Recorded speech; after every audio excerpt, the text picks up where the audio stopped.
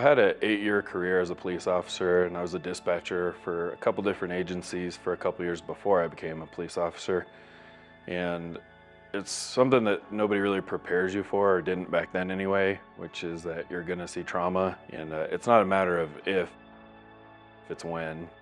I had a incident where we had an 18-month-old that didn't wake up from his nap. He wasn't breathing, and we got there. It was my partner and I got there and started to do CPR, and we couldn't get the mask to seal in his mouth. I had to do mouth to mouth, trying to save him.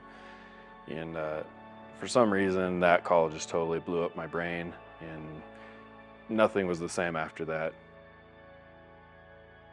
I have 7 kids, and I had one the same age as him the night that happened, and I just felt completely defeated, and I didn't even go home that night. I didn't want to see my kids. I didn't want them to know that I was a failure and that I couldn't save a baby. That incident really, more than anything, took away the feeling that I had of being invincible.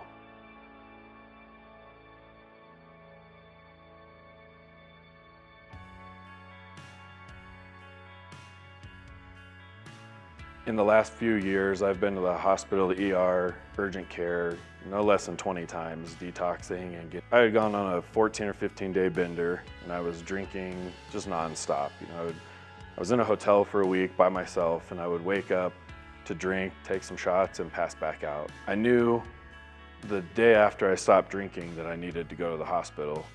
After you've done it so many times, you just know. I went to the ER. They gave me the standard, a couple hours of IV and some medicine, and then sent me on my way. And I had got back to my buddy's house and was laying on the couch, and I just could not stop shaking, and it was just getting worse and worse. And so I went back to the same hospital. They ended up admitting me. I faded off, and I woke up to my charge nurse over the top of me and on her phone saying he's breathing again. Shortly after that, my room was flooded with about 7 or 8 nurses, 4 or 5 doctors, and a crash cart. I just remember thinking to myself that this isn't the way I want to go out.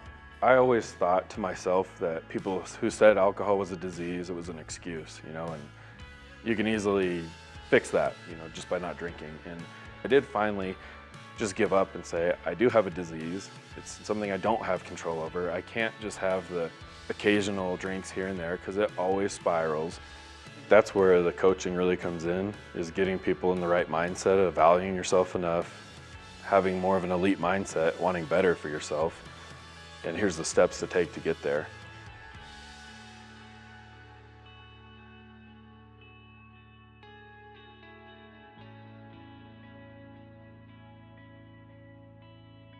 In my program, I run it. It's called life coaching for a reason, but I run it like I ran football teams. I'm coaching, we're trying to get better.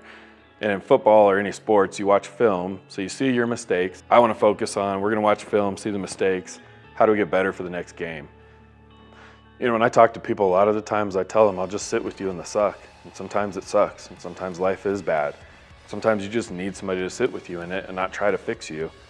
And I don't focus on fixing the depression. I focus on, here's what we're gonna do with the depression. Yeah, we're depressed, we're still gonna go to the gym. Depressed, we're still gonna get up and go to work, make our bed every day. We're gonna get stuff done with the depression. Instead of letting the depression, the alcoholism, the PTSD, or any of that be the deterrent, you're coming along for the journey. You're with me. I'm not getting rid of you, obviously, so you're coming with, but you're doing it my way.